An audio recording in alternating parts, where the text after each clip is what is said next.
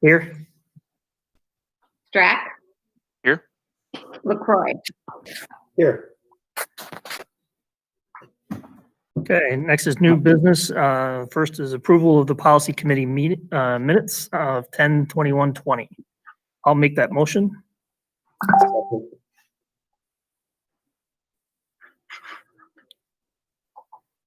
Weedman. Aye. LaCroix. Aye.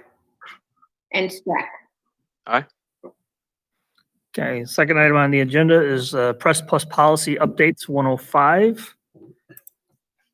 Okay, I'll just share very briefly that I will be turning this entire meeting over to Mr. Chris Wolk, our Director of Human Resources, because all of the policies are really fall under the heading of HR. And as Chris will explain to you, there's one policy to be spoken about briefly, and then all of the rest of the policies are all directly related to a change of law. So he'll explain that law, and then we'll go through the policies that it affects. Okay. Mr. Wolk, it's all you. Thank you, Dr. Glickman. Thank you, board, for attending tonight's policy committee meeting. As Dr. Glickman stated, we have one policy that we're going to talk about standing alone that does not interact with the other ones. And then all the other policies that we'll talk about tonight and review are aligned with one federal law that has been adjusted. So all of that policy revolves around that one law. So we're going to go out of order here. So if you're following at home and you have your board, your policy packet, I'm going to ask you to turn to page 12 of 30 to start. That policy number is 5220, addressing substitute teachers. This is a policy, the only change in this policy is one date change, where they've changed it from July 1st of 2020 to 2021. This, due to the sub shortage across the state,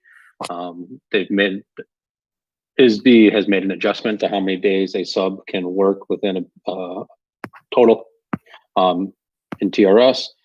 And from 100 days to 120 days, they're extending this out due to the continued sub shortage. So it's pretty straightforward, just one change due to the sub shortage. Okay. Any questions regarding that one? Okay. So now we're going to go back to the beginning and start with policy number 2260. But prior to that, I'd like to just give a brief overview. All of our policies, all of our remaining policies are going to be dealing with Title IX, which was created in 1972 to address discrimination based on sex. In 2018, the Department of Education proposed new regulations for Title IX to address the previous administration's guidance regarding sexual harassment. New regulations were passed in May and went into effect in August of 2020. While we have always had policies and procedures in place to investigate sexual harassment, these policy updates are specifically to address the change in Title IX. It is widely believed that the next administration will take action to reverse these policies, but for the time being, we need to operate under the current law. What do these new rules entail? First off, there is a revision to policies and procedures and how we investigate. With that comes new staffing determinations for investigations and assign different roles to different individuals. First role that would be, we'll be talking a lot about tonight. You'll see this name throughout, is our Title IX coordinator. This is the individual or individuals who will be in charge of Title IX and who will take all complaints. The second role is the investigator. This person, as the name says, will be investigating any complaints. And this person, the investigator, can be the Title IX coordinator. Third role that will be involved we won't talk much about, but is involved in the investigation process, would be a decision maker. Decision maker cannot be either of the two prior roles. And finally, the fourth position would be, or role, would be the appeals decision maker, and that individual cannot be any of the prior roles.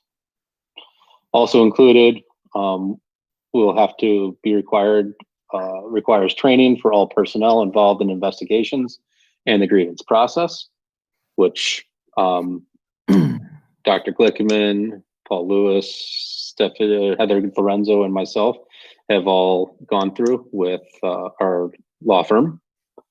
And then we will also have to publicize all information and trainings on the district website and handbooks, which we've already begun to publicize some of our training procedures on the district website. This law took place. Everybody had to have this implemented by August 15th, and it was a last minute scramble. So a lot of law firms offered trainings, and I took one to satisfy that.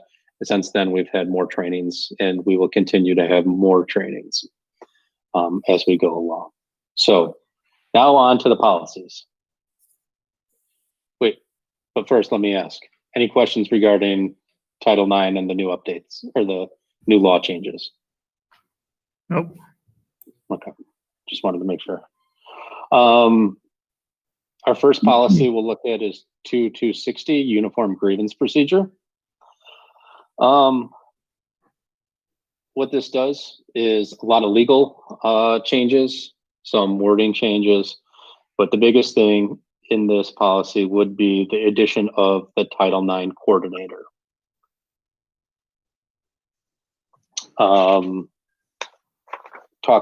We'll also take a look in this policy already, the pre-existing policy. We have a non-discrimination coordinator and a complaint manager, which would also be Dr. Glickman. Currently is Dr. Glickman and myself. So moving forward, we're looking to continue that.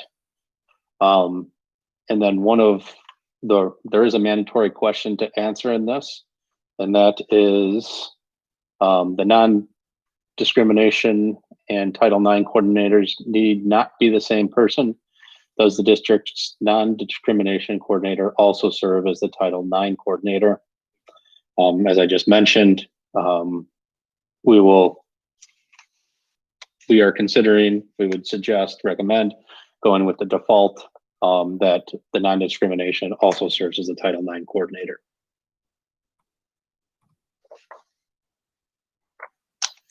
Okay. Questions? No. So we're gonna go with the non-discrimination coordinator serves as both, right? Correct. Okay.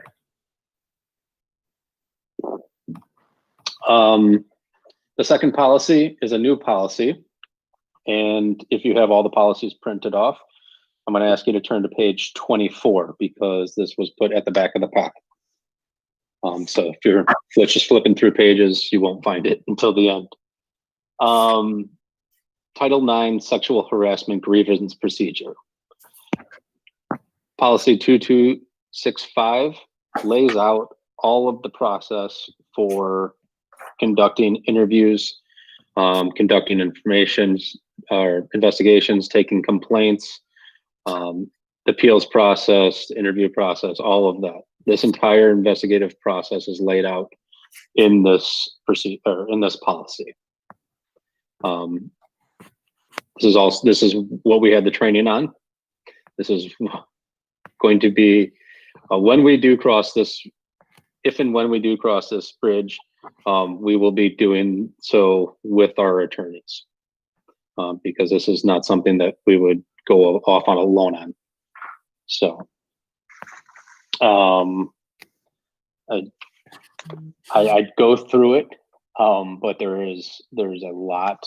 There's 3 pages of process that talk all about investigations and who's going to be doing it and definitions, regarding sexual harassment and complainant and everything along the lines. And this is all laid out in the law.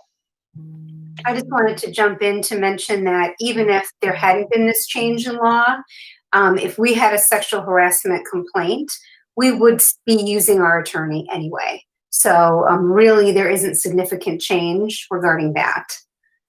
That's something the school district does not want to handle on its own. Okay. With this new policy also comes several questions for the board to answer. Some are very straightforward. Does the district employ an assistant principal? Yes. Does the district employ a dean of students? Yes. Those are the easy ones. Will the district use a live hearing during the grievance process? The answer no is the default. With this law, post-secondary organizations, institutions are required to have live hearings where accusers or people who have been accused of sexual harassment can face their accuser and do so with representation. The default here is no, because elementary schools, middle schools, and high schools are not required to do so. And speaking with our attorneys on our training, this is the reason for this would be so that kids are not having to face line of questionings from attorneys. Okay. I'm good with leaving it as no. Yeah, same here. And then the second question is, what standard of proof has the board adopted for policy 2265? Preponderance of evidence, which is the default, and clear and convincing evidence. These are very legalese terms. I'd be happy to read through them. Yeah, why don't you read those? Mm-hmm. I'll just read through this whole paragraph because there's a lot in it. Required question 4, and then the citation, requires the Title IX sexual harassment grievance process to state the standard of evidence that it will use to determine responsibility of the respondent. The standard of evidence selected must be applied consistently to formal complaints alleging Title IX sexual harassment, regardless of whether the respondent is a student or an employee. This policy uses the preponderance of evidence standard, not clear and convincing evidence standard.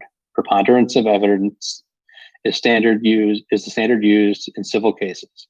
It means the greater weight of the evidence, not necessarily established by the greater number of witnesses testifying to the fact, but by the evidence that is the most convincing force. And then it cites Black's Law Dictionary. Preponderance of evidence is the standard used in sample policy 2260, uniform grievance procedure. Clear and convincing is a high standard requiring more than preponderance of evidence, but less than proof of burden or proof beyond a reasonable doubt. It means evidence indicating that the thing to be proved is highly probable or reasonably certain. Another law citation. Consult board attorney regarding the appropriate standard for the district. So the recommendation is the preponderance of evidence, correct? Because it's a lower, Correct. yeah, it's a lower standard. Yes. Is it something you're all comfortable with? Yep. Yep. Okay.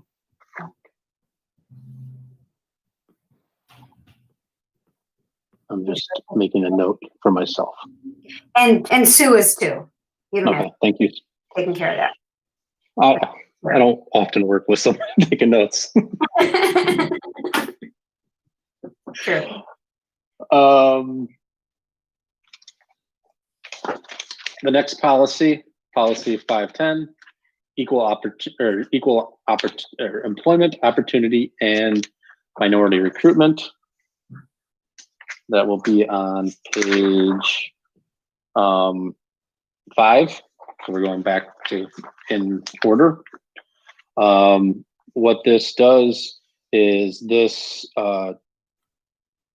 is a pre-existing policy. It adds in the line, the non-discrimination coordinator also serves as a Title IX coordinator, which we are going to now see throughout the rest of our policies. It also adds in some of the information about office address and email address, which we've already had on our policies for the coordinators, the complaint coordinators, and then also some legal updates. Questions on 510? Okay. Moving on to 5100, staff development program. On page 8 of 30, you'll see that there's a large portion that has been added. This is in regards to the training of staff and those who serve in the investigator roles. So you're aware, we already have, the state already had a mandatory training for sexual harassment. And we do that on a yearly basis through our, what we call Safe School modules. It's a program that we use to address some of the mandatory trainings. So I believe, I should have checked this, but I believe it was in every other year, but due to the importance, we decided to make it every year. So we've already addressed this, but I foresee that this being adjusted based on the new federal law for Title IX in the coming months and before we start the next school year. Also in this policy, it talks about, like I said, the school personnel who are designated as a Title IX coordinator, investigators, decision makers, and informal resolution facilitators, that we all undergo a specific training. So we've already begun that. We've gone through our first training, and we will continue to receive training on all of this new federal law. And then legal references again. Questions on 5100? All right. Next policy up would be 520, workplace harassment prohibited. Like I said earlier, we're going to see this a lot. The big addition would be the non-discrimination coordinator also serves as the district's Title IX coordinator. Also updates to office address, email address, adding in making a change from making a complaint to making a report or complaint, which is in line with the language used within the law. Also a big thing, at the bottom of page 9, you'll see any district employee who receives a report. This is a change. A big one in Title IX is that previously it was any supervisor who received a complaint.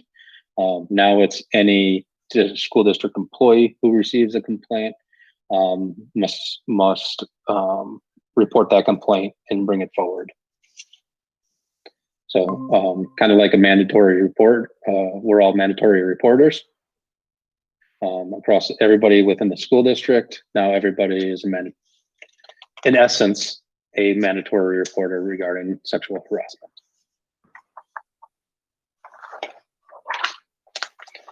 The next page on page 10 continues to go on. There's also a very large section that has been added. All of this also reverts back to the investigation policy 2265, which was the new policy, and addresses other policies throughout. The more citation and moving back and forth throughout our policies. So while it's a large new section, or a new large new section, a lot of this is addressed already throughout the policies.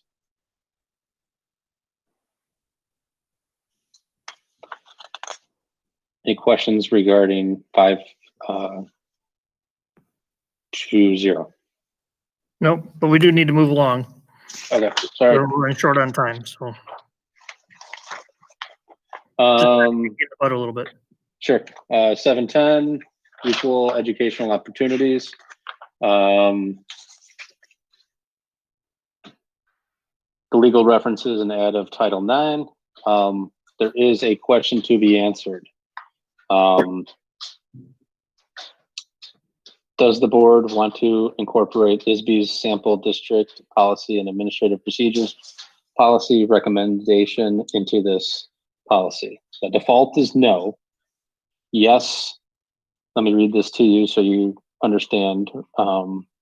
IASB will replace gender identity, which would be the default, with gender identity, which is not traditionally associated with a student's sex assigned at birth, gender expression.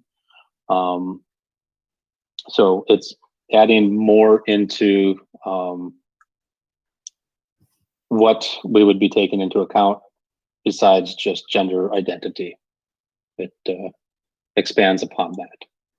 So in other words, people would be held accountable for harassing people for a wider range of definitions or a wider range of concerns. Is that right? That is correct. Okay. So I think that's what we have to decide. Well, the yes part would Hello, align Dr. with what our Diaz. previous Hi, how are you? Thanks for kind of board you. directives have Good been too, towards thank you. Nice to see you. Correct. inclusivity Yes, and likewise. transgender and all that Hello, other Dr. stuff. So Mack.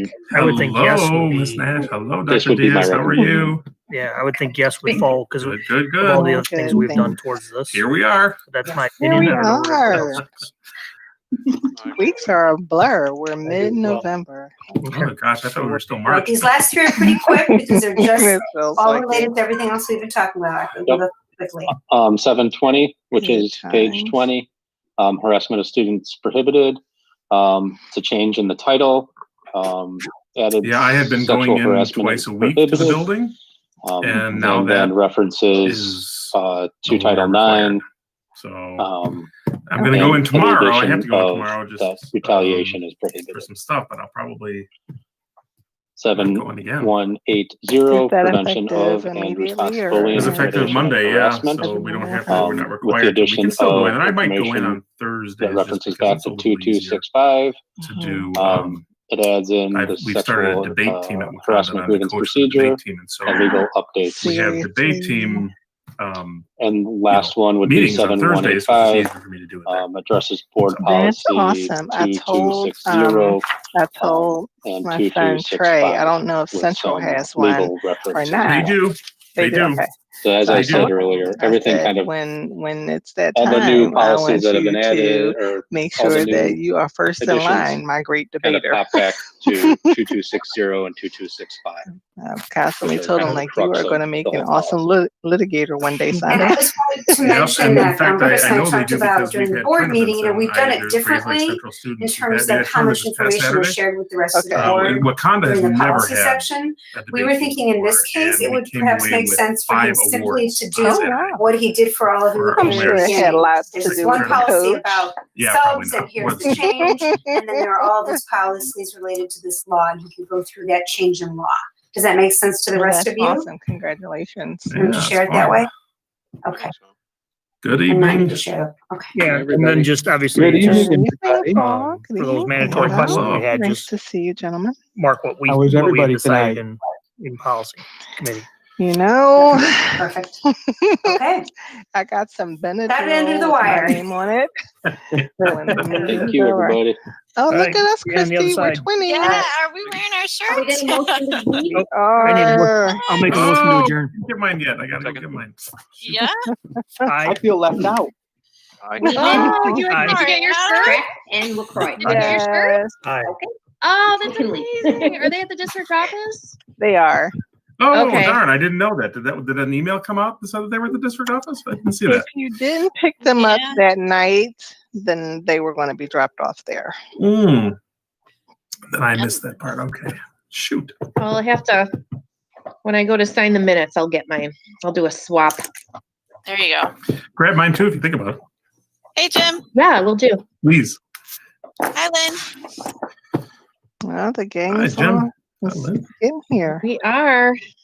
Okay, so Christy, did you do a color swap in the last 24 hours? I did. Okay, so I'm not going crazy. Okay. I was like, wow. Well, not so much a color swap as mysteriously all my grays have disappeared magically. Well, I will never call that out. I will never call out the latter part. Who am I? It's amazing how that can happen in just 45 short I minutes. know. I Christy, changed I found changed it. mine I found too. all your Chris, did you grades. change?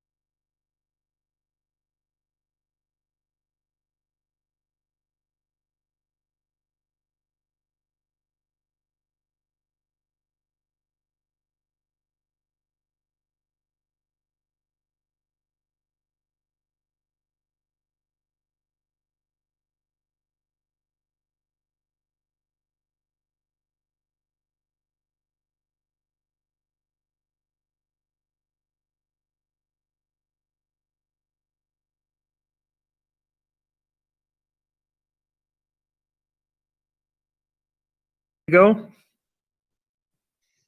I see thumbs up and we're on. Okay, good evening, everybody. This is Community Consolidated School District 46 Board of Education meeting for Wednesday, November 18th, 2020. And we are holding it remotely. In order to abide by 5 Illinois CS 127E, I, as the board president, have determined that tonight's board meeting will be held remotely due to COVID-19 pandemic. Based on my decisions on the following, the governor's COVID-19 disaster declaration it remains in full force and effect throughout the state of Illinois, and an in-person meeting is not practical or prudent this evening because of the COVID-19 pandemic. I have confirmed that all board members participating in the meeting this evening can hear one another and can hear all discussions during the meeting. We have arranged for members of the public to contemporaneously hear all discussions during tonight's meeting through the district's website and YouTube channel. I, James Weedman, the board president, is present in person at the at GMS Library at the LRC, which is our regular meeting location. All votes taken this evening will be done by roll call votes. As required by the Open Meetings Act, a verbatim recording of tonight's open session meeting will be kept and made available to the public on the district website. And any person wishing to make public comments is able to submit it through the Google Documents set up on the webpage. So with that being said, I need a call to order and roll call.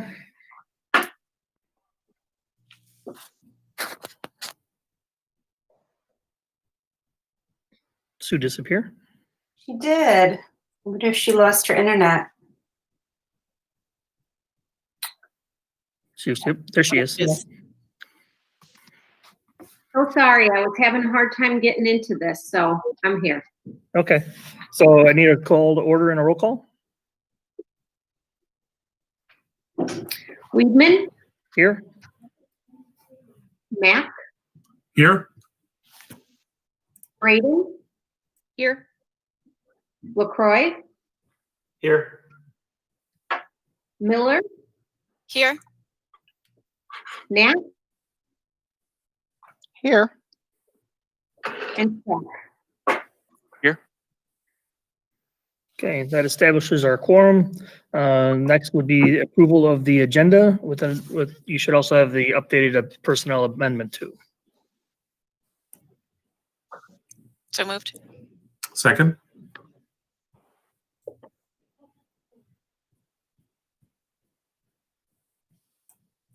Miller, Aye. Strack, Aye. Mack, Aye. Weedman, Aye. Braden, Aye. LaCroix, Aye.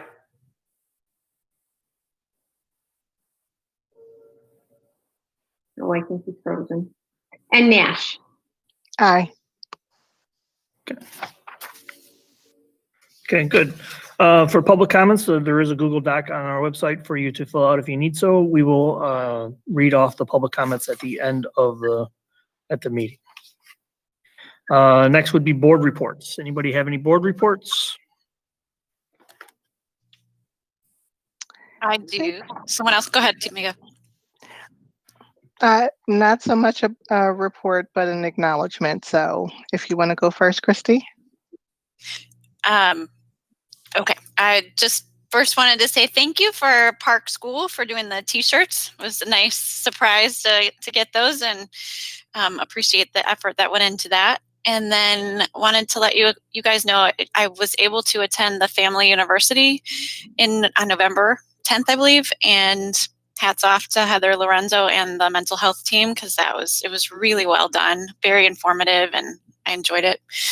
And then the last thing, just so the rest of you know, I've had a chance to talk to a couple of you, but not everyone. The strategic planning facilitators are meeting with Christy Braden and Dr. Glickman and I tomorrow.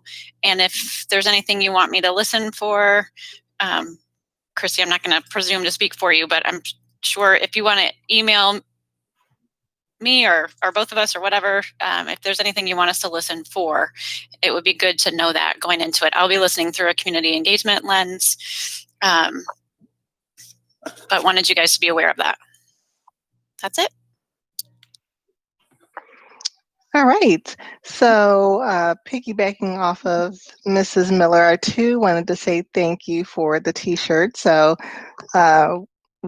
sporting the Stronger Together t-shirt as well. So I'm really grateful, especially to the Park campus for adopting board members as part of board Appreciation Week, and just also for the amount of emails and cards that have come through expressing gratitude for the board. So know that it's appreciated. It's not lost on me, and that's two-way. You all, the staff, the administrators here in District 46, has really made this journey for me over the past year super awesome and easy to transition into. So thank you all for that acknowledgement. It's appreciated. Also, I wanted to share that I had an opportunity to attend the Opening Meetings Act gray areas training, as well as pandemic rules. So I'll be getting something out to the board in short order, but it was a really well done presentation that I plan on forwarding it out just to make sure that we're aware of blind spots, as it appears that we will be in this virtual meeting mode for longer than expected sustained period of time. So more to come with that. Thanks. Thank you. And Jim, I also had a board report. I wanted to report out on the how the votes went on the delegate convention for the resolutions.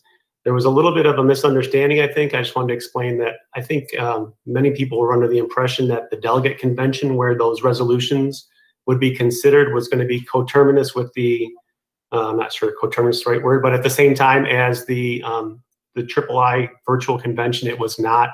The delegate convention was actually this past Saturday. So I just want to report out on what happened. And it was, like I said before, when I agreed to be the delegate, I find that the parliamentary procedures of this are fascinating, and I'm kind of a geek for that stuff, so I really enjoyed that. But if you recall, of the 12 resolutions, the resolutions committee either recommended adoption or did not recommend adoption. For those resolutions that the committee did not recommend adoption, what happens next is the submitting district has to either file or appeal, or they don't file an appeal. And if they don't file a timely appeal, then the resolution isn't even considered at all at the convention. And that's what happened to a handful of these. Now, if there is an appeal filed by the committee, the district that puts forth the resolution, then an initial vote is taken as to whether or not we should even vote on the merits of the matter. So that came into play a couple times too. So I think if I could real quickly just go one by one on all the resolutions for clarity's sake, I think that would be helpful. Resolution 1 had to do with the loan program. The resolution committee recommended not to adopt, and there was no appeal, so we didn't even vote on it. It just didn't get enacted. Resolution 2 was on gun storage. There was an appeal taken, and then the initial vote failed to reach a vote on the merits at all. So that was also not adopted. Resolution 3 was on the school report card. There was no appeal to the committee's recommendation not to adopt, so no vote was taken on that. 4 was interesting because that was the one where they recommended not to adopt, but they did offer some alternative language. So there was an appeal received to the committee's recommendation not to adopt, and there was a vote taken. The vote to proceed failed. However, there was a vote for the new language, which was passed. So that was adopted with the new language, which I think, if you remember, it was to make the language a little bit more flexible and not as stringent, I think is the bottom line there. And resolutions 5, 6, and 7 both passed, or all 3 of them passed. Resolution 8 on local control pandemic was recommended not to approve. There was no appeal, so it wasn't considered. I think many people thought it was redundant to resolution 7, which was also a local control pandemic topic. And then resolutions 9 through 12 passed. Okay. Anyone have any questions about that? Nope. No questions. Thank you, Jason. Thank you. Thanks for catching that and for pulling our votes together so quickly. Appreciate it. Okay. I do only have great English. I have one thing that I participated in the audit phone call with the auditors the other day. It's about 15, 20 minutes of a conversation with the auditor, just kind of going through the end of the audit type of questions that they have for us. So that was done. They do anticipate finishing that up hopefully soon. So we are on schedule with that at this time. Okay. Anybody else have anything else? Anybody else have? I'm batting 1,000 for English today. Okay. Next would be the superintendent report. All right. Well, I'm going to start talking about metrics. I'm not sharing slides today about metrics, but as we know, COVID-19 related health metrics continue to rise in our community. According to LCHD Executive Director Mark Pfister, in 1 month, our rate of new cases has quadrupled in Lake County. and hospitalizations are increasing back to where they were in spring. And then, of course, you know that yesterday, the state and the Illinois Department of Public Health announced that all regions in the state will move to Tier 3 mitigations as of 12:01 a.m. this Friday. And those include limiting social gatherings to members of your immediate household only, as well as restrictions on retail, personal care, health and fitness centers, hotels, manufacturing, bars and restaurants, meetings and events, recreational activities, theaters, and cultural institutions. The purpose of these mitigations is to limit indoor gatherings where the virus can easily spread from person to person. And then due to all of this, and as announced to our community yesterday, we have closed all of our offices. They will all be closed as of Monday. We are strongly encouraging instructional and school office staff to work from home, while still allowing them to choose to come into buildings with very limited staffing, following all safety precautions previously shared. Our custodial and maintenance staff will continue to work on site following safety precautions, and our tech staff will provide technical support from home and through a rotation at the ISC, which is where that team is housed, so that students and staff members can get their devices serviced in a timely manner so that we can keep learning going. We don't know yet what all of this means, what these rise in metrics means for our return to on-site learning using our previously shared hybrid approach, and we'll have to continue watching the metrics. So any questions or comments about any of that? Do we have a sense of, I know we have said January, do we have a sense of when our next decision point should be so that we're giving everyone enough time to manage the implications of that decision? I'm assuming it's going to be coming up here soon, huh? Yeah, well, our cabinet was talking about that just today, noting that we have but one board meeting in December. And that's a month away, and a lot can happen in a month. So certainly you should imagine that there will be some form of conversation about this topic at that board meeting. Many school districts that have announced a January return date have been purposeful about having that date be at least 2 weeks after winter break, so that people can quarantine if they have chosen to travel. And I will note that in yesterday's weekly bulletin from our state superintendent, that was recommended. But again, they're just recommendations, they're not requirements. And the last thing I'll say about that is that we continue to move through all of our planning so that from a systemic and a logistics point of view, our school district is ready to open in January if it's possible. Thank you. Sure. Any questions? Are there other questions about this? Yeah, I have a question. Yeah. About the custodial staff. Are they isolated enough that they are also safe, even though that they're in the buildings? Mm-hmm. How does that work? Yeah. So they follow very careful protocols, and I'll let Adam jump in on this as well. In many cases, they are able to be working in separate parts of the building.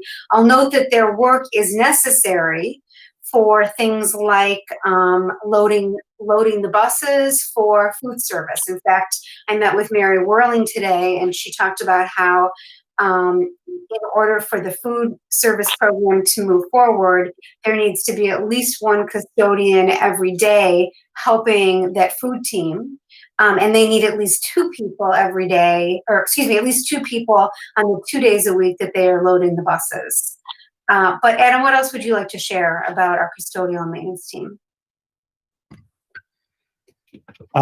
So my thought process within it is that they can truthfully stay separated in the buildings on each side of the buildings, and have their own sections to take care of, continuously preparing for our hopeful eventual return come January, and not not have to interact so much. And if they do, they are definitely social distanced enough to where it should not cause an issue. All right, thanks. Appreciate that. Any other questions?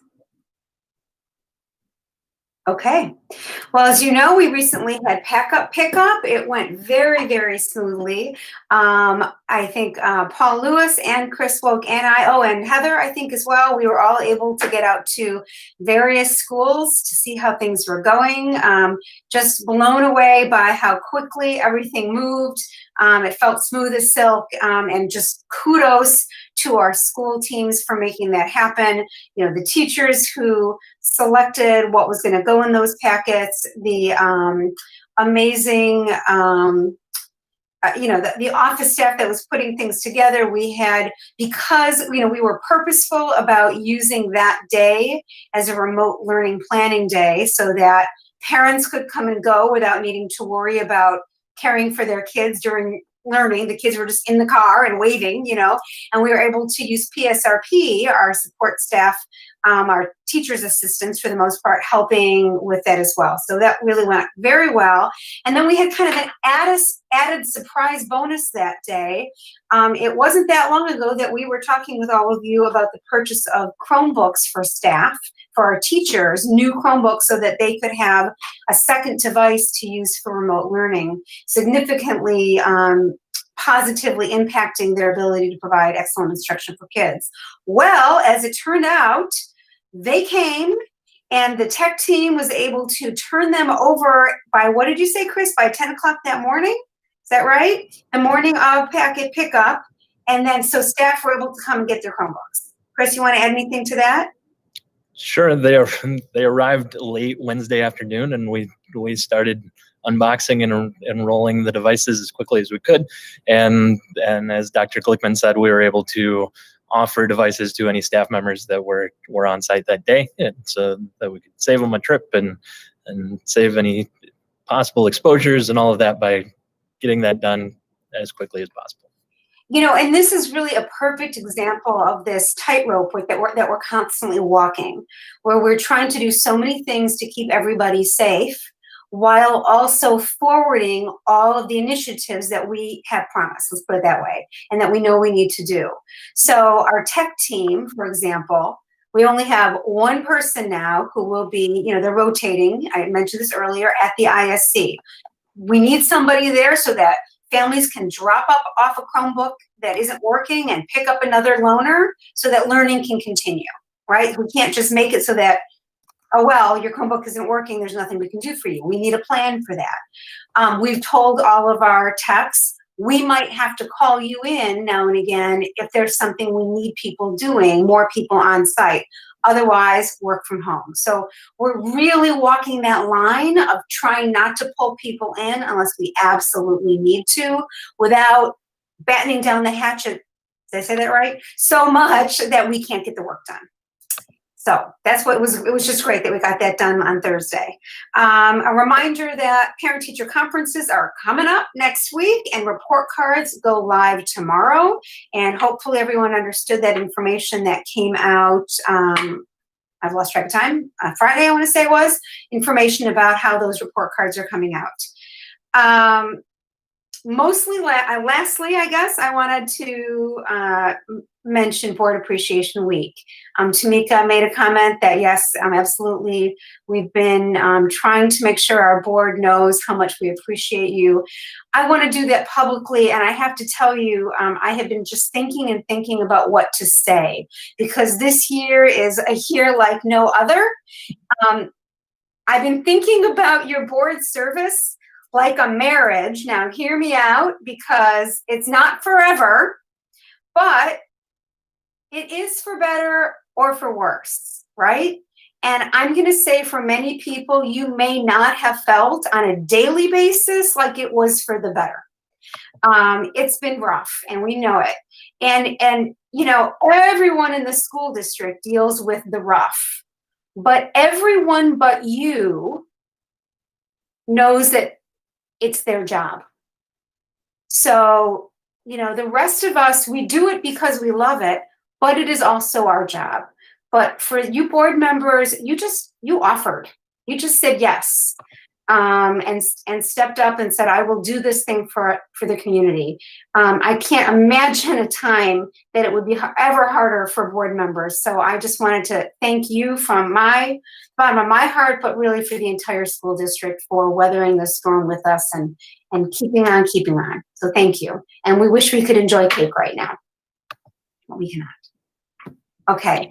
And lastly, next week is Thanksgiving. We won't all see each other. You know, we all have different ways that we're celebrating and lots of sadnesses. And I'll share, I've canceled a driving trip that I was hoping to take to see family because we just can't do it. We need to stay safe. But whatever it is that you're doing, I hope you will take some time for yourselves, breathe a little bit, be thankful for the things that you have, and also, as we just spoke about, for the things that you are. And that is it for the superintendent's report. Okay, thank you. Next would be committee reports. Do we have a community engagement committee report? We do. So let's see. Wanted just to highlight, every school is doing something with community building. Park obviously did the t-shirts, and each one has something that they're working on. So I can't tell you how exciting it is to hear those plans and how they've come together. Just really, really glad to be working with our team. Stephen, I think both of us have talked about that multiple times. So wanted to share that out with all of you. And there are 3 initiatives that are continuing that are more district-wide. The first is the Little Seed Library. They're continuing to distribute native seeds. About 200 seed packs were packed from seeds harvested at Woodview and have mostly been distributed, and they are connected to a QR code. And so Abby Petrozinski is trying to create a map with some scouting groups of where these pollinator gardens are popping up. So wanted you just to let you know that that's still going on. The next thing is, it looks like a lot of our schools do dine-in shares. So they've decided to try to put together a schedule of dine-in shares and to adopt local businesses and restaurants to make sure that we're really supporting the sponsors who consistently support us. So that's in the works right now. We've also become aware of that the Avon Food Pantry has apparently run out of food.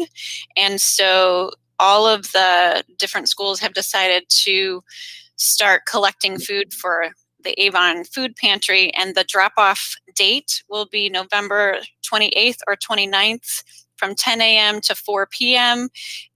There will be bins under the awning at Park School.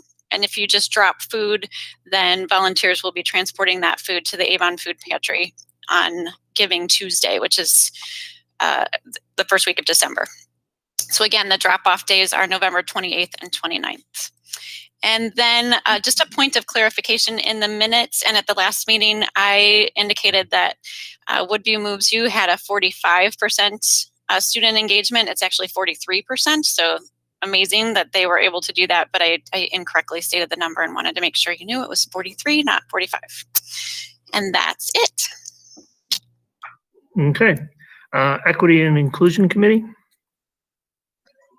Yeah, so the Equity Committee met last week, and I'm pulling up Mr. Lewis's amazing minutes here to make sure I capture everything. So we spent a fair amount of time just reviewing our current reality with an equity lens. So the conversation ranged far and wide around, elements of remote and hybrid learning that may unintentionally cause inequities, and making sure that we can kind of address anything that comes up. So we talked about the camera issue, talked about how the adoption of backgrounds and blurring for cameras is helpful.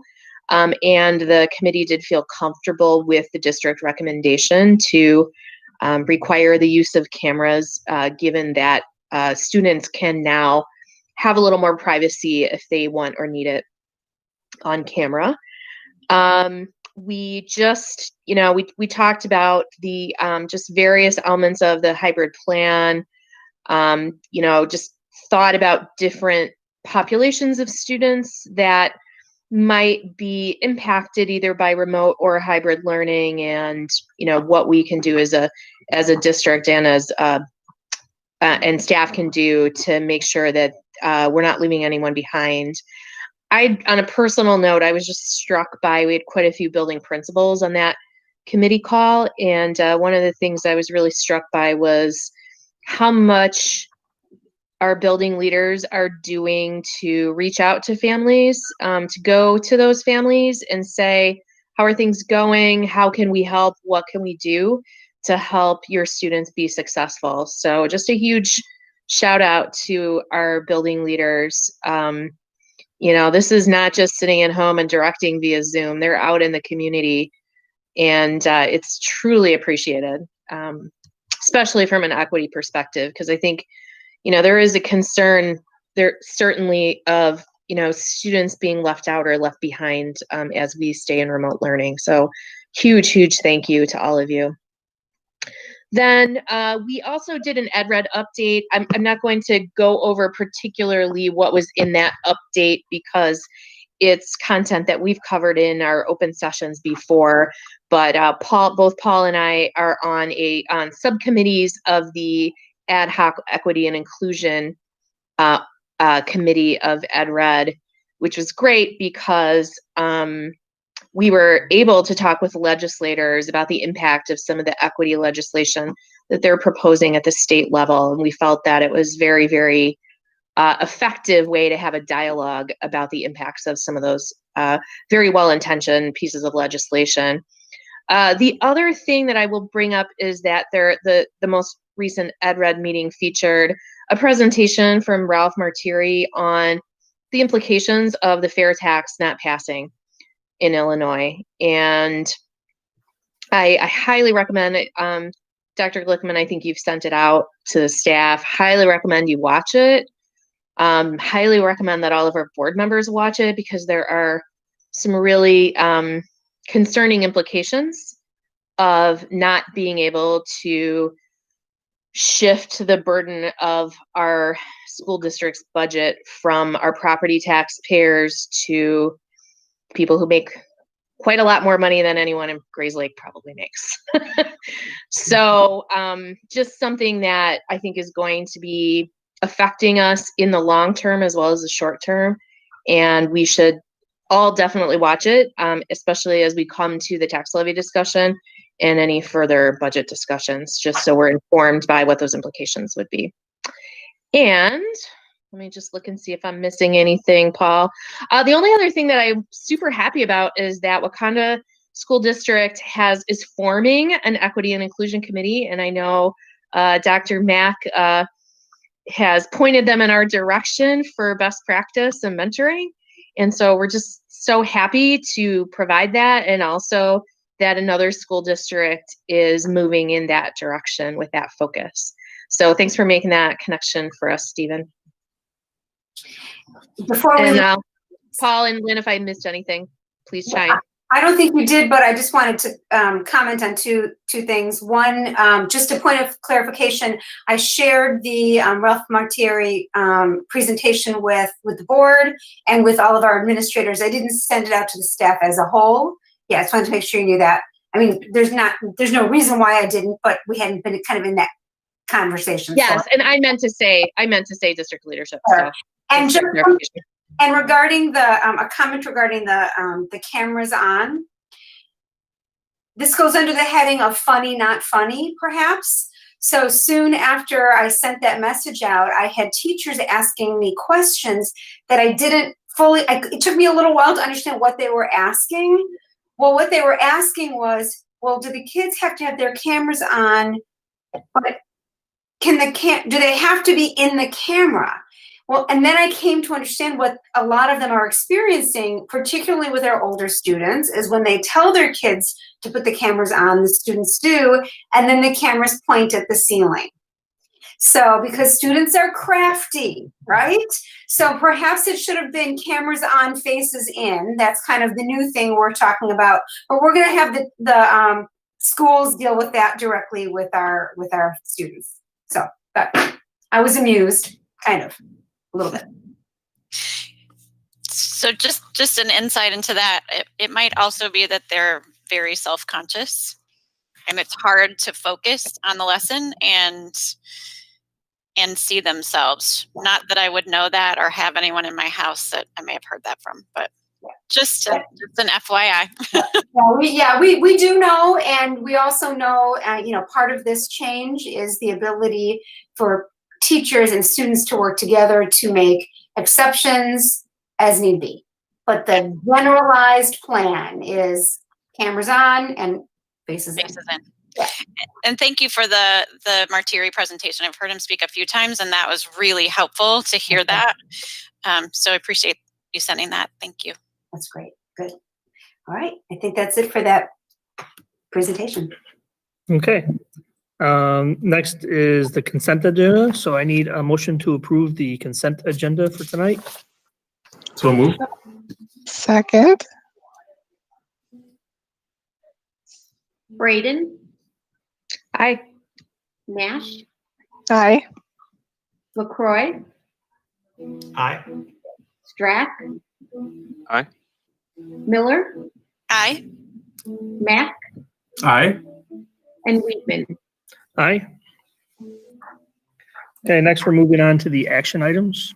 The first action item tonight is a motion to approve the lease of 370 MacBook Air devices from Apple Financial Services in Wayne, PA, for a total of $294,121.52. So moved. Second. All right. Information will come from Mr. Vipond. I don't have much new. This is just the official lease paperwork from Apple. We compared leasing terms with another financial institution, and Apple was able to offer us a better rate.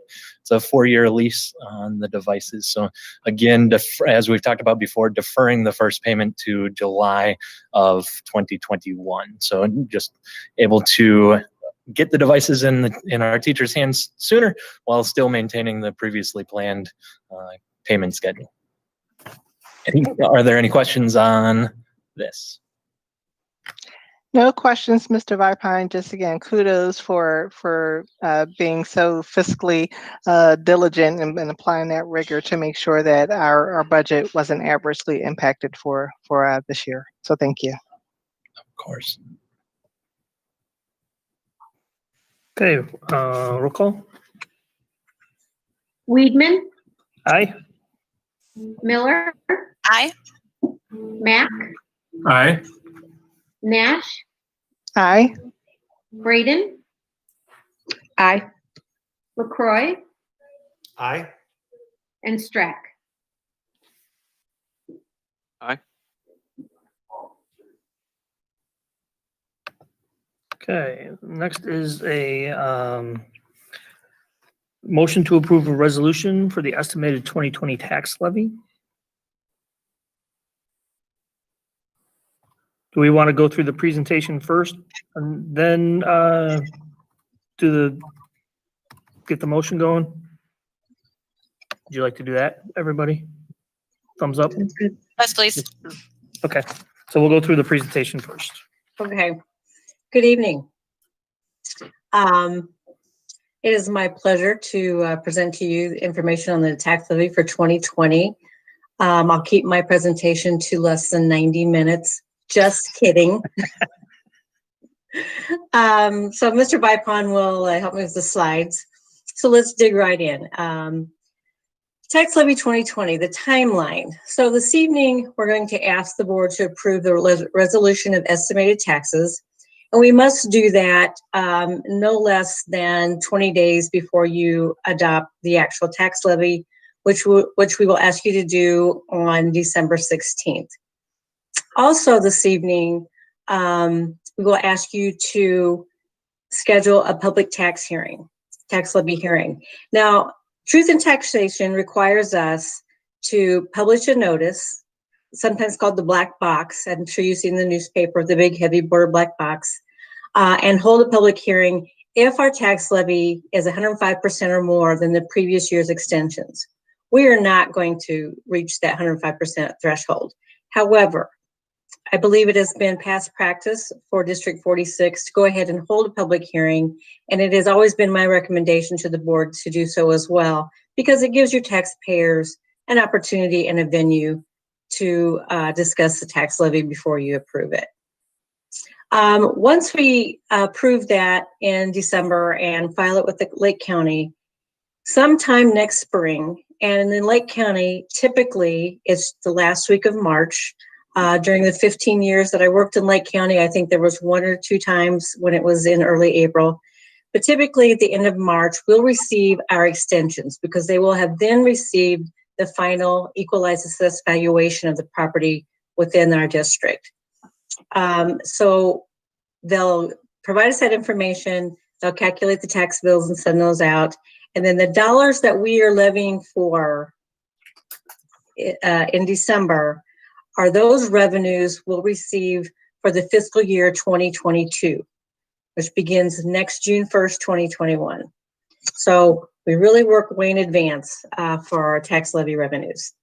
Next slide, please. So what is the tax levy and why is it important? The tax levy is the amount of funds the district is requesting be generated through property taxes. We levy dollars. You don't establish the rate. You can simply levy dollars. Illinois school funding, which Christy Braden kind of spoke to this a little bit, is heavily dependent upon local property taxes throughout the entire state. In District 46, property taxes represent about 60% of your total revenues. So the tax levy is very important to us. Next slide, please. So you've heard of tax caps, but really what that is what we call PTEL, which is the Property Tax Extension Limitation Law.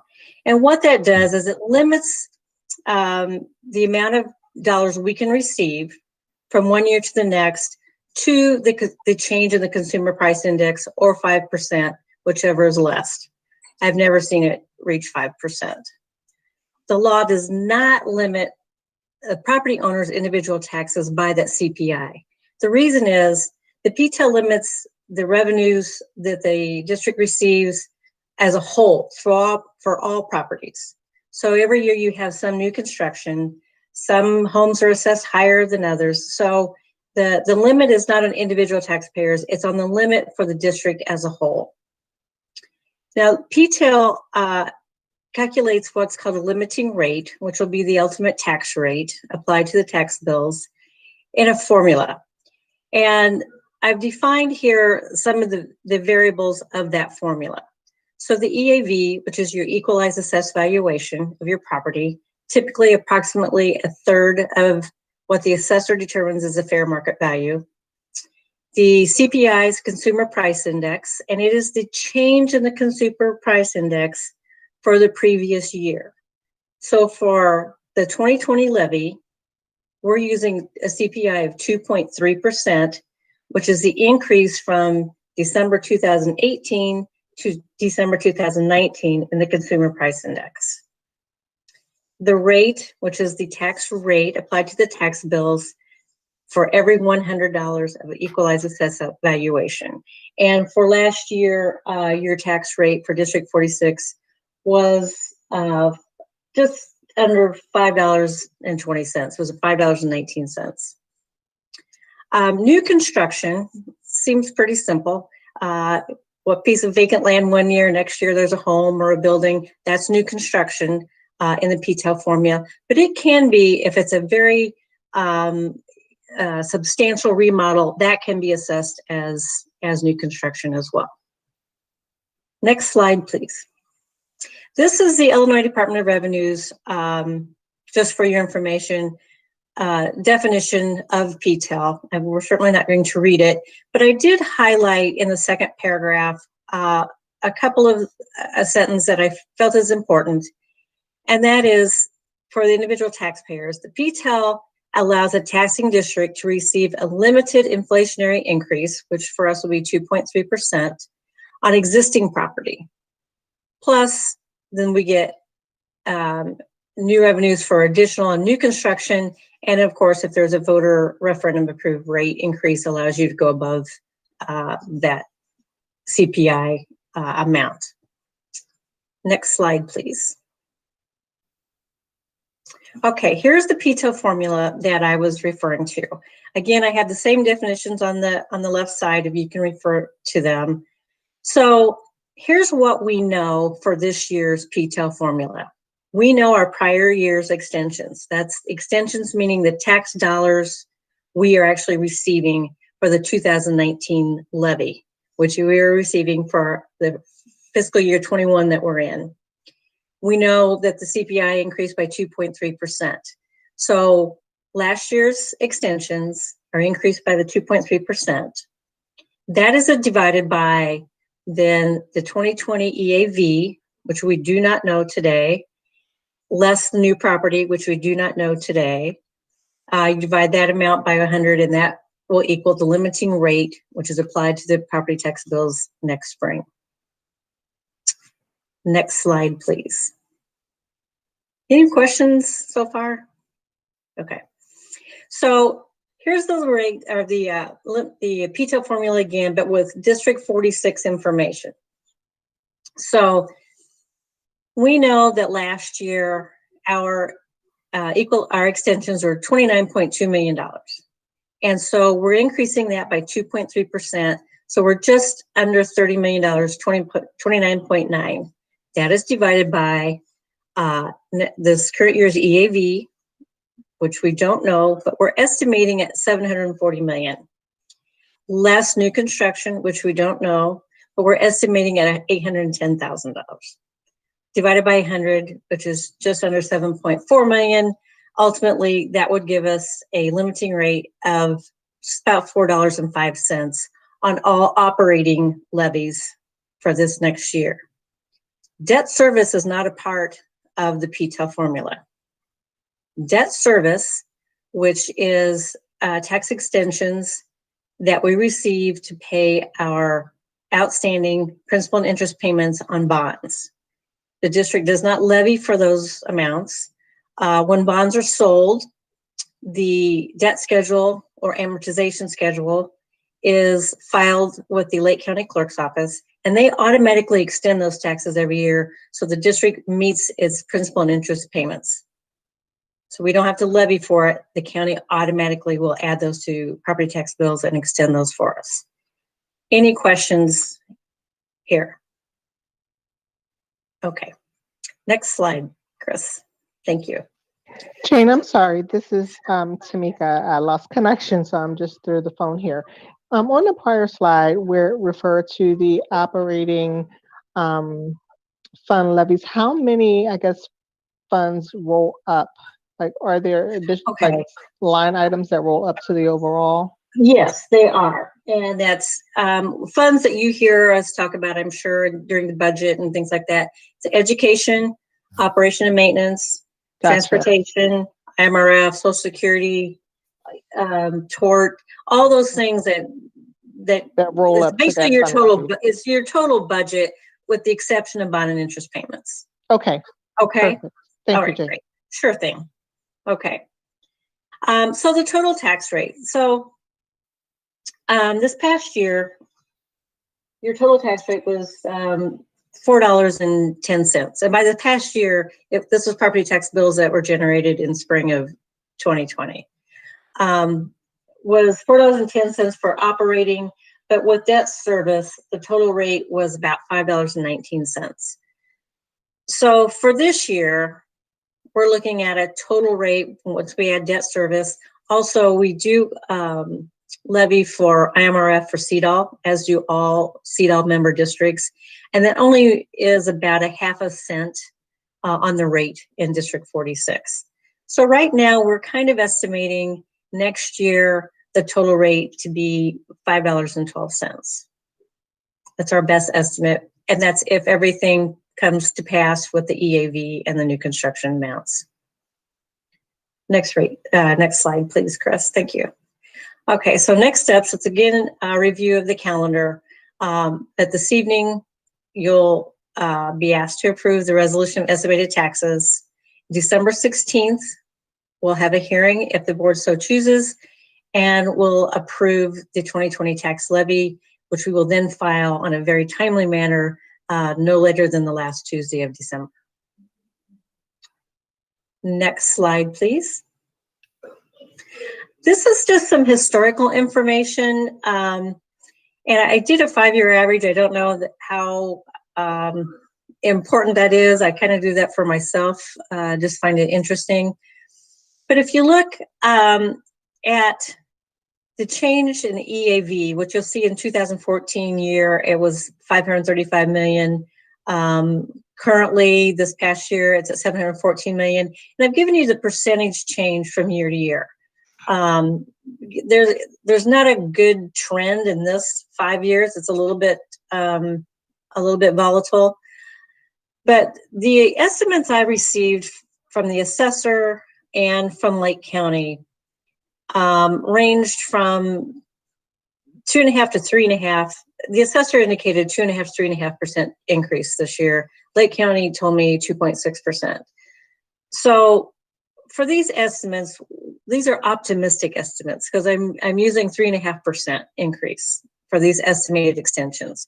So that $740 million represents 3.5% increase on last year's EAV plus 810,000 in new construction. And if you look down below, or I've just kind of singled out the new construction, again, it's not a good trend. But with COVID, with this year, we're estimating that a little bit low. But again, that's what Lake County has provided to me. So I think for all intents and purposes, for the estimated extensions, it's a good number to use. Ultimately, you'll see we're looking at $37.6 million total extensions with debt service, $30 million for operating funds, and a $4.05 tax rate for those operating funds, but overall total of just under $5.13. Jane, I have a question for you. You bet. So for your new construction, do they give you a list of what's considered new construction in our district? No, just a total within our District 46 boundaries. Okay. And typically in the years that I worked in Lake County, it was hard to get a new construction estimate in October, early November. So I was quite pleased that they gave me a number at all. But our goal for the levy, and we're going to look at, let's look at the next slide. I'm going to speak to this. The goal for our levy is to capture every dollar that the district is entitled to under PTEL. So the extension estimate that I'm giving you, which I think is an optimistic extension estimate, is less than the amounts in the resolution of estimated levies. Because if last year's extensions were $10,000, and next spring we find out what our EAV is, and our extensions are going to be now limited to $10,200. If we levied $10,400, we're going to get $10,200 because that's the maximum we can get. We could levy $1 billion. We're going to get $10,200. But if we only levy $10,100, we're only going to get $10,100. We won't get the other $100 we have coming. And then the next year's PTEL formula is going to be based on that lower extension amount of $10,100. So it will never get that $100 back. Does that make sense to everybody? I'm sure you've heard that before, but I just make it as clear as I can. So yeah, my only fear was with the new construction, it seems like it could potentially have been low than what. Well, I was looking at, that's why I asked if they had a list of properties. Okay, no, they do not provide that information at this time. But let me tell you, for the levy amounts, which the levy amount in the resolution, and that it can change from the resolution to the final levy that's adopted in December, it can change. But for this estimated levy, I used a 4% increase in the EAV and $2 million in new construction. Okay. To come up the levy amount. So I bumped that up just in case, because we really don't know. And since last year's new construction was just under 4 million, and they're giving me an 810 estimate. I know COVID has some effect on things, but I don't know how much. And your district, as far as construction goes, much better than I do. But I feel like $2 million in the formula will be sufficient for a good tax levy estimate. So that's why on this chart, I'm showing you last year's extensions of the 37 million, projected extensions based on that 3.5% increase in EAV and 810,000 in new construction of 37.6 million, but we're going to levy in this estimated resolution 37.8. But we can make that higher in the ultimate certificate of tax levy that's approved in December. But I feel comfortable that with this, we will capture all dollars under PTEL. Okay. And the other thing is too, Jim, last year, your total EAV went up less than 3%. So for 2019 from 2018. So this year, using 4% increase, I'd like to think is more than it will actually be when they give me a 2.5 to 3.5% estimate. Okay. Are you comfortable with that? Yeah, I understand your explanation and everything. I'm going to do a little of my own research too on the new construction, but sure. just as my own brain works this way. So sure, that's no problem. I'm not second guessing you. I'm just. No, that's fine. That's absolutely fine. No problem. Jane, I have a question. Sure. Tamika. So along the vein where Mr. Weedman was going, do we know how the assessor is projecting the new construction values? So I know there's not a list, but do we have an idea as to the base that they're projecting it from? No, and actually the assessor didn't give me that amount. Lake County gave me that amount. The assessor only gave me his best estimate of the increase over the previous year as the 2.5 to 3.5. Okay, so historically, and this is more so just, I guess, for my education understanding, is this really looking at the amount of like construction certificates filed with the county in a certain time period? I'm sure permits are a part of that. Okay. All right. Thank you. Sure. Hey, Jane, it's Jason LaCroix. Hi there. It doesn't sound like at any point in the process, if we feel like we maybe undershot what PTEL would allow us, we have a chance for recourse, right? No. Once you approve the levy in December, that's it. Okay, because I know we've been very cognizant of making sure that we capture every dollar, and I guess it should be. With Jim's additional research plus what you're saying to me, if we feel comfortable that we won't forego anything, then that's good. Yes, and if the board has some thought or concern that this levy is too low, we can increase the levy. Like I said, we can levy, $50 million. We're still only going to get what PTEL allows us. So if the board would feel more comfortable with increasing the levy a little bit, that's not a problem. The estimated resolution that you approved this evening can change. Those amounts can change to a final certificate of levy in December. I'm not, to be clear, I'm not expressing any uncomfortability with the amount. Okay. I just wanted to make sure. Yeah, I'm hearing loud and clear that your mind is in the same place that ours is that Okay, very good. we want to make sure that we're capturing all that we're entitled Yes, to. that is most certainly our ultimate goal. Thanks, Jean. Sure. Anybody else?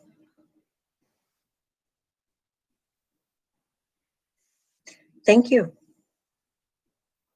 Thank you, Jane. Okay. All right.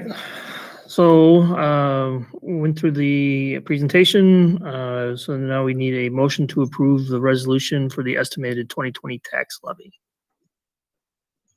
So moved. Second. Okay, roll call. LaCroy,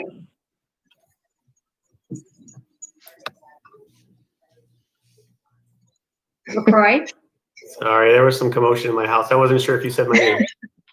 Aye. Braden, Aye. Strack, Aye. Miller, Aye. Mack, Aye.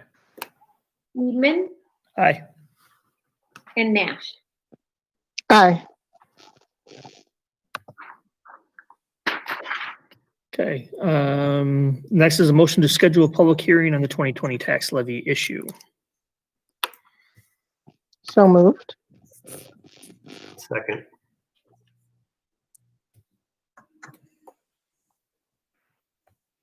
So your tax Correct. levy should be, sorry, Right. Go ahead, Jane. we should specify the date and time. So it So should be that's held a at date we 6 have to p.m. pick. on December 16th. 6 p.m. on December 16th, Yes. 2020. So that'll be before the regular board meeting. Correct. Okay. Mack, Aye. Braden, Aye. LaCroy, Aye. Miller, Aye. Nash, Aye. and Weedman. Aye. Okay, next on the agenda is a motion to approve the copier agreement with Proven IT of Tinley Park, Illinois for 30 copiers and service as part of a 5-year agreement with an annual cost of $40,310.64. Can I just ask a quick question before we vote? I'm curious.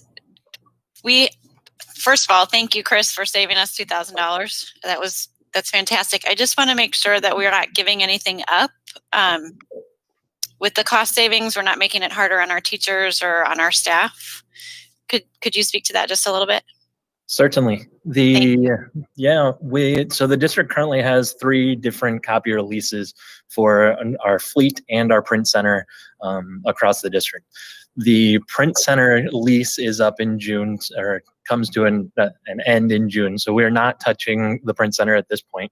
We're just focused on the fleet of copiers across the district. And those 2 leases come to an end in February and March, in just a couple months. We sent out a request for quotes to our 3 current vendors that the district has current leases with, and received 2 different quotes back from those 2 of those 3 vendors. And apples to apples, obviously we set the minimum requirements and number of devices and all of the specs that we wanted on our end, which those minimums up the quality and the devices themselves from what we have currently. So there would be no less devices in our buildings, and actually better and more efficient features on those devices. So certainly not giving anything up. I think the cost savings simply comes from consolidating the leases and moving towards one consistent vendor, and potentially a little more competition helps. And then the 5-year lease and getting that that extended period of time committed to helps on the cost savings. Great, thank you. And just one more, I'm curious, do you know, and it's fine if you don't, but I'm just curious if you know, are they Energy Star? Are they energy efficient copiers? Or do they even have energy efficient copiers? That's a good question that I do not know the answer to. Yeah. Okay, no worries. Thank you, Chris, for saving us some money. Appreciate that. Thanks. Any other, I kind of gave a good spiel about those, or the next two action items. The first one is simply just the agreement with the service provider, and then the next action item is the lease and as mentioned, the 5-year lease on those devices with American Capital. Any other questions on the exciting world of copiers? No. All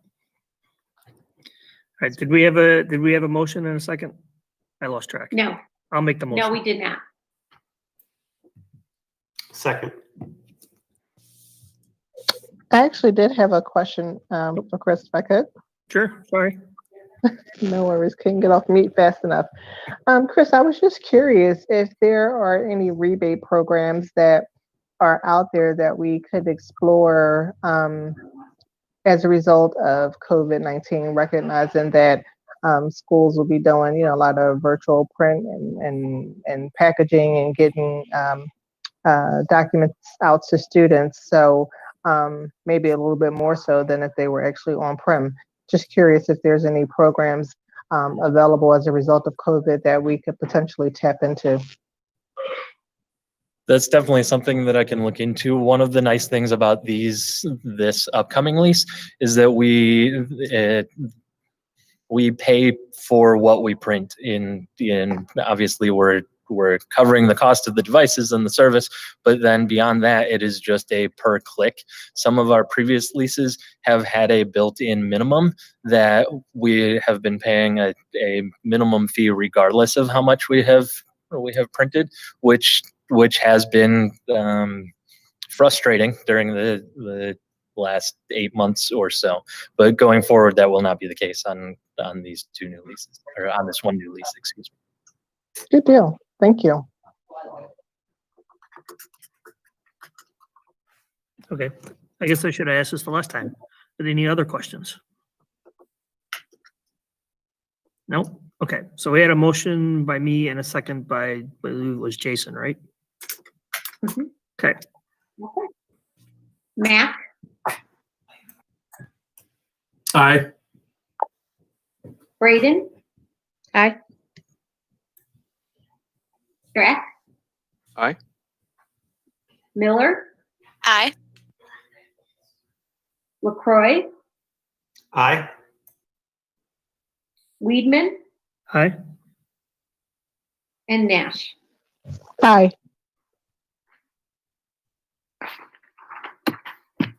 Okay, next would be looking for a motion to approve the copier lease with American Capital, Lisle, Illinois, for a total of, wait, did I do this one already? No.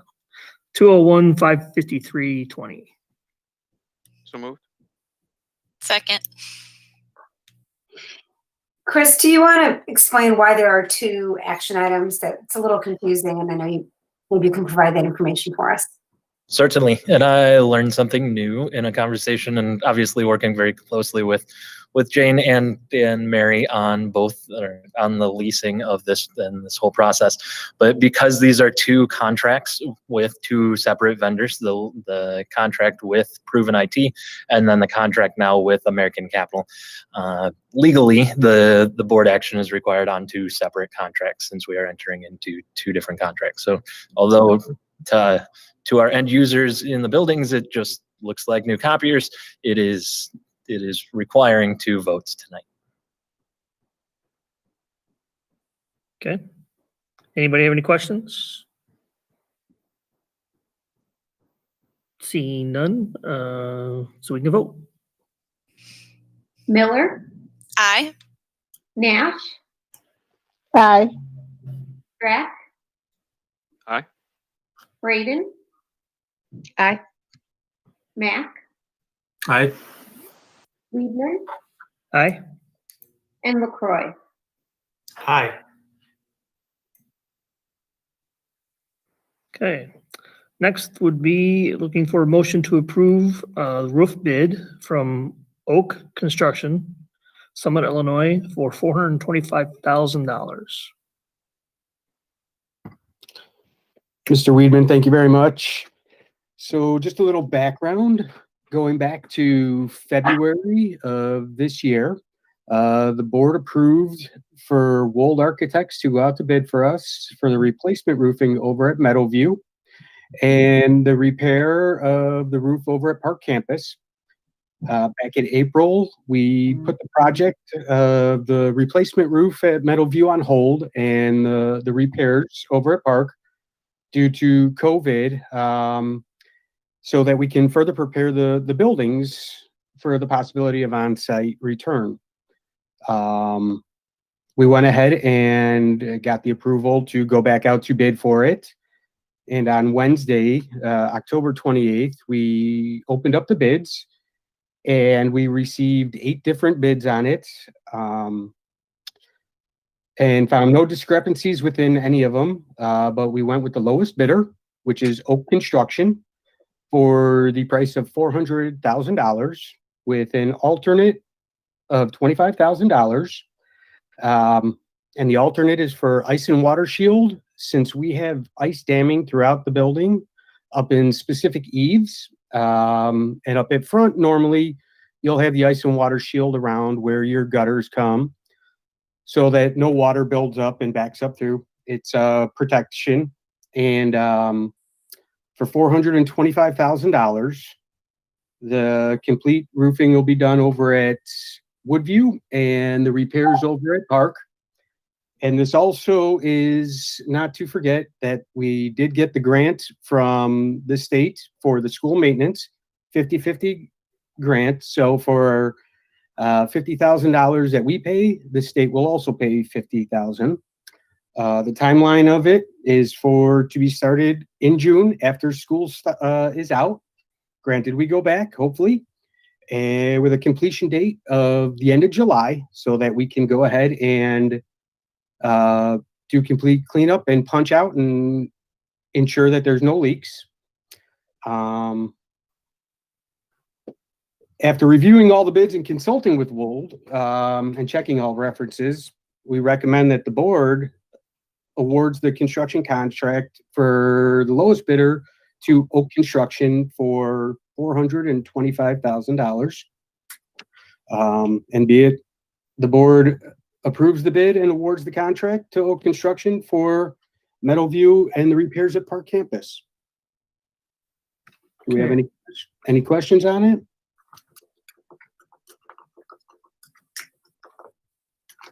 Oh, Just a quick one. Is that roof suitable for solar panels if we decide to put solar panels on the other buildings in the future at some point? Do you know? So I don't want to open mouth beforehand and put the cart before the horse, but from prior stuff that I have read and looked over, yes, it would be. And I know that I have had conversations with Performance, the company that we have dealt with. And it was kind of talked about prior. So it will be suitable. Anytime you look to go put solar panels on a roof, obviously it's suggestible that it is a new roof. So absolutely. Okay, great. Thank you. okay. So I'll make the motion to approve the bid. Second. Nash. Oh, Go I'm ahead. sorry. Well, we do have Mike Eichhorn here tonight. Our yeah, hi. Who could also perhaps answer any questions. So I don't know, Mike, is there anything that you wanted to add to any of these topics? I just want to give you that chance. No, Adam covered everything that I would say. I would definitely back him up on his recommendation to approve the bid. I think you got a pretty good the price is competitive. So I think there's no reason to not move forward. All right, thank you, Mike. We appreciate that. We have the benefit of having one of our architects here tonight, so I want to give him a chance. And certainly that question that you asked, Christy, about the ability to put solar on in the future, that was one of our, that was a conversation last spring. So I believe it was considered in the bids as well. Thank you. Great. Thank you. Okay, roll call. Nash, Aye. Braden, Aye. Miller, Aye. Matt, Aye. Drack, Aye. Weedman, Aye. LaCroix. Aye.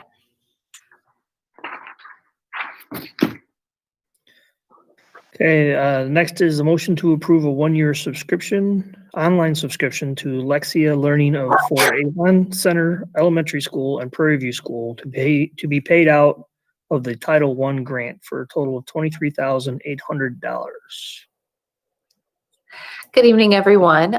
So you may know that the district receives some grant funds from the Illinois State Board of Education. One of those grants is Title I, and Title I provides grant funding to districts with high percentages of students from low-income families to just help make sure that all of the students are meeting state standards. And the goal of the grant is really to provide extra instructional services, activities, materials, and support to those students most at risk of not meeting academic standards. So while the grant is funded based off of low income population, the goal is to provide support to the students who need it most. And so this year we received a large amount of grant funds due to the carryover from last year. Typically, the district doesn't always get all of the carryover funds that they don't spend, just because of how the federal government works the grant.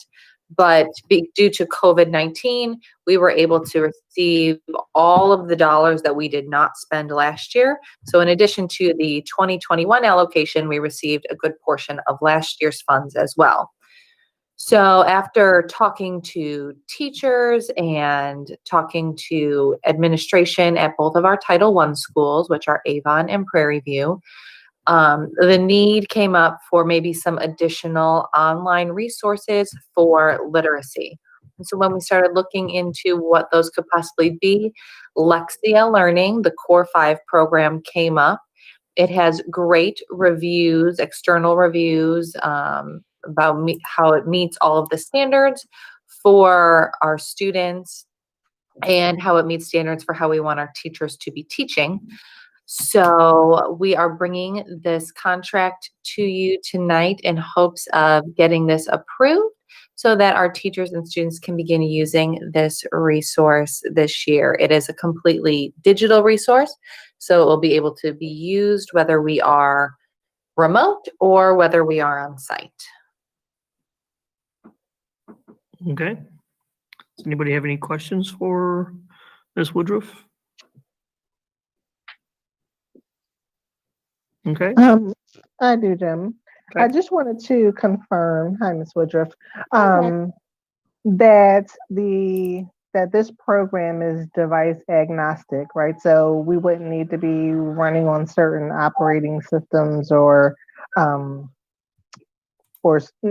certain updates or models. I know it's a lot of tech language that Mr. Vipon can probably opine in better than me, but I just want to make sure that this is agnostic to the age or operating system. Absolutely. That is actually one of the questions we always ask our vendors to make sure that we do have the right technology for both students and staff. And this program is completely web-based, so it will run on an Apple device, it'll run on an Android device, it'll run on whatever device the students have available to them and the teachers as well. Fantastic. Thank you. Okay. Can I have a motion and a second? So moved. Second. Second.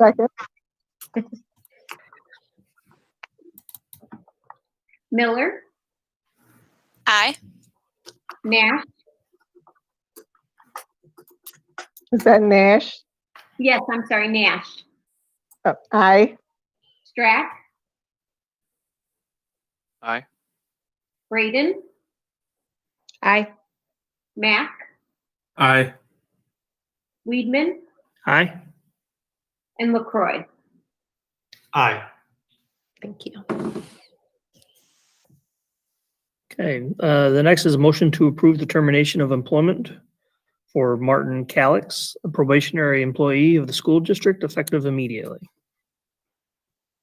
So moved. I'll second. LaCroy, Aye. Braden, Aye. Strack, Aye. Miller, Aye. Mack, Aye. Weedman, Aye. and Nash. Aye. Okay, next is unfinished business. Nada. Okay, then we're gonna go to new business, and that'll be our first look at board policies. And this will be Mr. Wolk. Yes, good evening, everybody. Prior to tonight's board meeting, we had our policy committee meeting. We have several new policies that we'll be bringing to you next time for approval. Just quickly go through an overview of them. I'm going to go out of order because and there's a rhyme and reason for this. One policy stands alone amongst all the others, with the rest of the policies being addressed together under a new federal law. So I'd like to pull out the substitute teachers policy number 5220.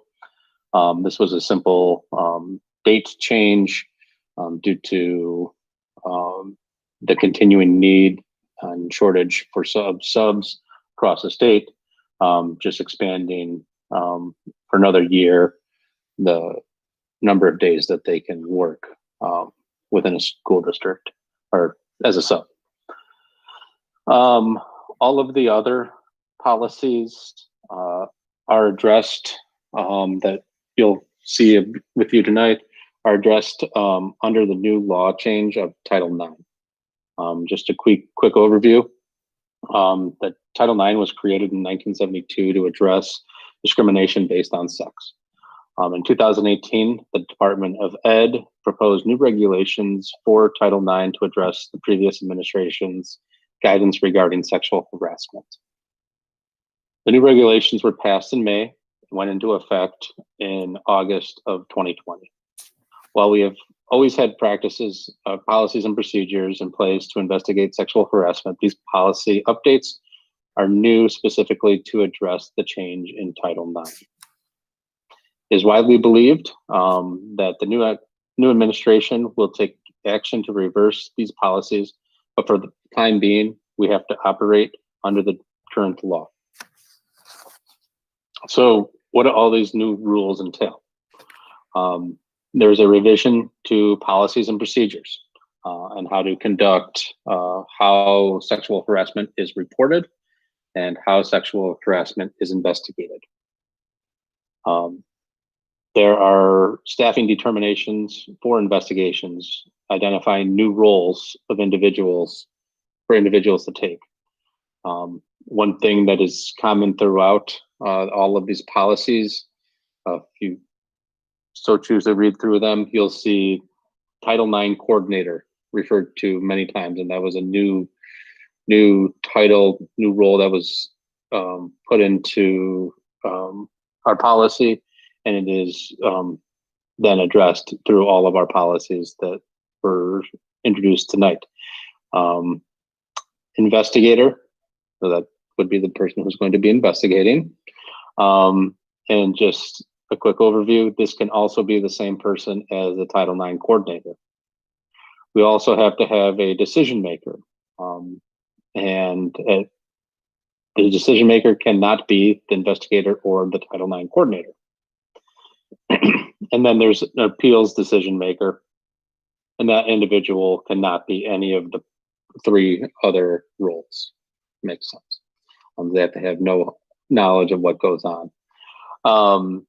It also, these new rules require training for all personnel involved in investigations and the grievance process, which we have gone through. Dr. Glickman, Mr. Lewis, Heather Lorenzo, and I all worked with our attorneys on. And then this new rule also requires us to publicize all of our trainings and information on our district website and in our handbooks, which some of that information is already up on our website, but we needed to approve, when we approve these policies, they will also go up on the district website. So that's kind of an overview. As I mentioned a little bit earlier, I've mentioned our attorneys. At no time would we enter into an investigation regarding sexual harassment without informing our attorneys and with their guidance. So it's a new law, and we would always, even prior to this change, we would always contacted our attorneys if this was a case.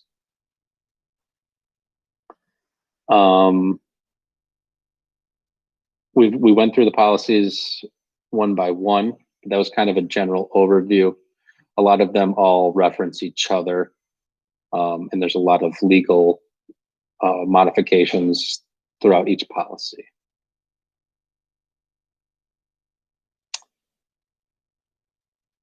Any questions?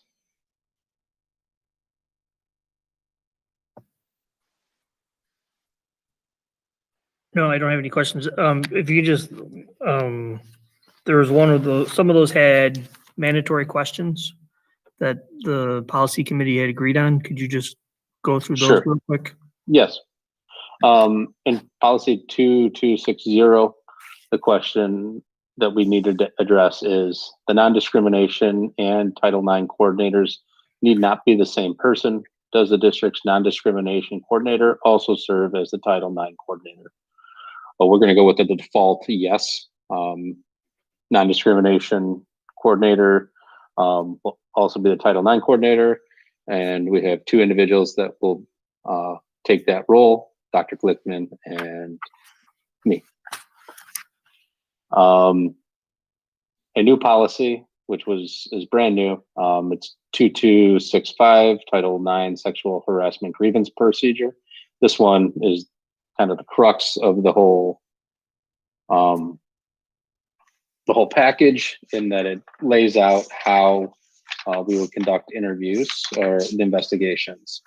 First 2 are pretty easy questions, and then we get into ones that we have to that are a little bit harder. Does the district employ an assistant principal? Yes. Does the district employ a dean of students? Yes. Number 3 is, will the district use a live hearing during the grievance process? With the default being no. What this is the law states that post-secondary school or institutions are required to offer live hearings. K or elementary, high schools are not required to offer live hearings. What these are for the lack of a better word, investigation or lawyers getting to question either the accuser or the accused. Not a situation that we feel we want to put our students in. They are allowed a hearing, but it would not be in front of people and the person that is either accusing or is being accused. And then the 4th question, which standard of proof has the board adopted for policy 2265? The default, I'll read these to you, but the default is preponderance of evidence, and the other option being clear and convincing evidence. So preponderance of evidence is defined as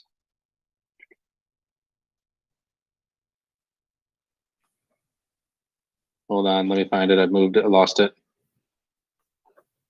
It means the greater weight of the evidence, not necessarily established by the greater number of witnesses testifying to the fact, but by evidence that has the most convincing force.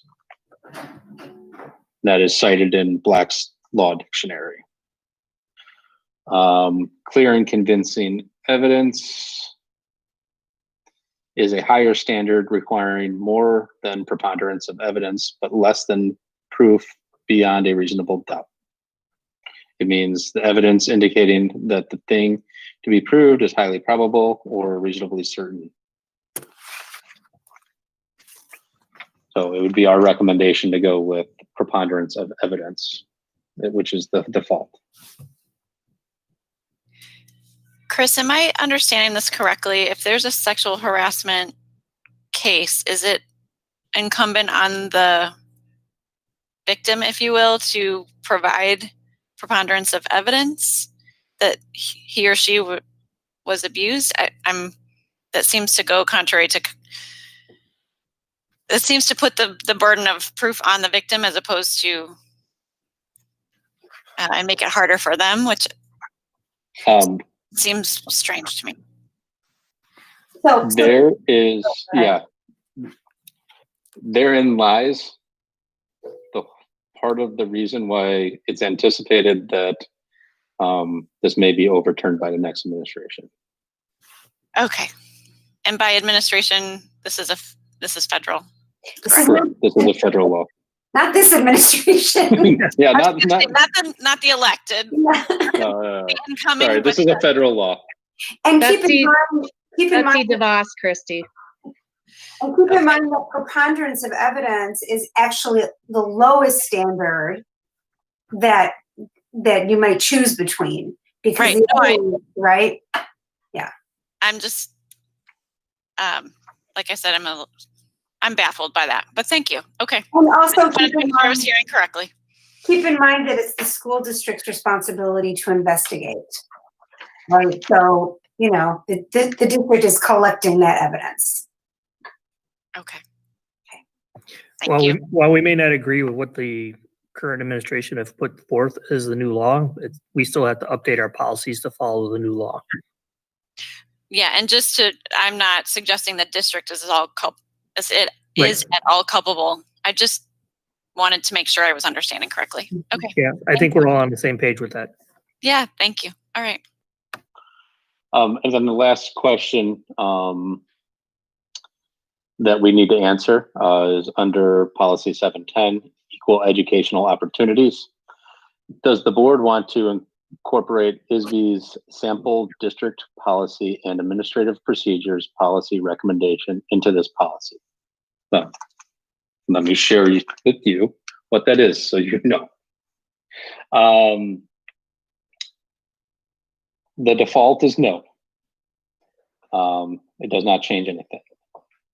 The other option is yes. And what this will do is that IASB will replace the words gender identity with gender identity, whether or not traditionally associated with a student's sex assigned at birth, and gender expression. So this is a more encompassing statement. It doesn't just go to gender identity, but is more encompassing of what our board and our school district wants to include for our students and our staff. So more inclusive definition. And our recommendation was to put in the ISB language to work alongside it with our equity and inclusion work that we have done in the district in the past. We wanted to keep consistency with that, and we felt that adding that statement in would work well with that policy that we've been doing. Thank you, Jim. I got flustered. I have a dog behind me drinking. So does anybody have any questions for Chris on those? Or any questions on the questions that we had to answer as a policy committee? You're okay with those answers for us? Okay. All right. So we will vote on those at the next meeting, which would be in December, to adopt those. Next on the agenda is the discussion of the IASB resolutions, which Jason actually covered in his board report. So I don't think we need to rehash those. Then we are up for topics for future agenda. So at the next meeting, as you said, Jim, we'll have those policy approvals. We'll also deal with a few financial matters. We'll have the public hearing for the tax levy at 6 o'clock, and then the approval. We will also have a presentation of the audit. So we're glad for that. And so there'll be a presentation and the approval of the annual audit for FY20. We also expect to be able to bring you a mid-year report on energy savings with performance services coming and sharing information. So that will also occur. Chris will be presenting the seniority list, which is just business as usual. And then earlier, the question came up about, conversation about return on site and hybrid. We certainly expect that there will be some conversation at this meeting. I think I would like to engage with you all right now as to what nature of conversation you want to have. And by that, I mean this. You've already approved the plan. So we're not, we know what we're doing. The question is, when are we doing it? And when we left off, so to speak, we understood that we can't enact, or we won't be enacting our hybrid plan until the metrics so allow. So, my question to you is, do you want a formal timeline brought to you for you to vote on? Or do you want there to be an understanding that we are waiting until the metrics are at the place where they need to be, and that we will bring in our students in that 3-week scale in using the groupings that we've already agreed on? So that's really up to you, board, in terms of how you want that presented. It seems to me there's going to be a long runway for when the numbers start turning around and getting back to a place where we're comfortable doing that. So I'm not sure we need to agree on a date right now, right? It sounds to me like there's a little bit of time. Is anyone else reading it differently than that? No, I agree with that. I'm reading it the same way, Jason. Sorry. Agreed. The only thing is, with us already approving the plan, is it a matter of just waiting for the metrics to get in, and then they tell us, then they'll have the administration let us know when they're moving forward in that plan, not us actually having to approve the date to go back. Because they're not going to go back unless the metrics are there. So, let them just, okay, this is when we're planning on going back based on the metrics now, and we're going to ramp it up from there. I don't know if we need to actually have a vote on a date to go back in. I think we just leave that up to the administration, and we move forward from there. Right, so it's going to be an earlier of such and such date, or when the metrics allow, and then rely on communication, continued good communication between the administration and the school community. Mm-hmm. Does that work for everybody? Yeah. Okay. Yeah. Does that work for you, Lynn? Yeah, it's great, particularly because we only have one board meeting in December and one in January, and we We just don't know what information we'll be bringing. Although I would agree with you, Jason, it certainly does look like a long run up based on where the metrics are right now. It would take a big turnaround. It would. It would. Is there, so those are all of the items that I have for the next meeting. I don't have a list for you right now for January, but are there other topics that either for the next meeting anyone thought we were going to be having, or anything you wanted to ask about for the future? I do not have anything. All right. I do not. Okay. Are we going to have a closed session tonight? We are not. Okay. So next is public comments. Did we have any public comments, Mr. Wolk?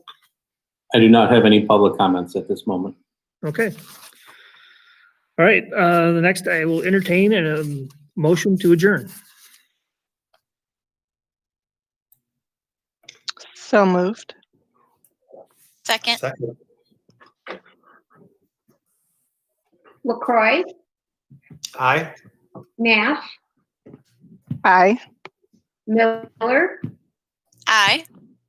Mack, Aye. Strack, Aye. Weedman, Aye. and Braden. Aye. All right. Thank you, everybody. Tamika, I sent you a reply email.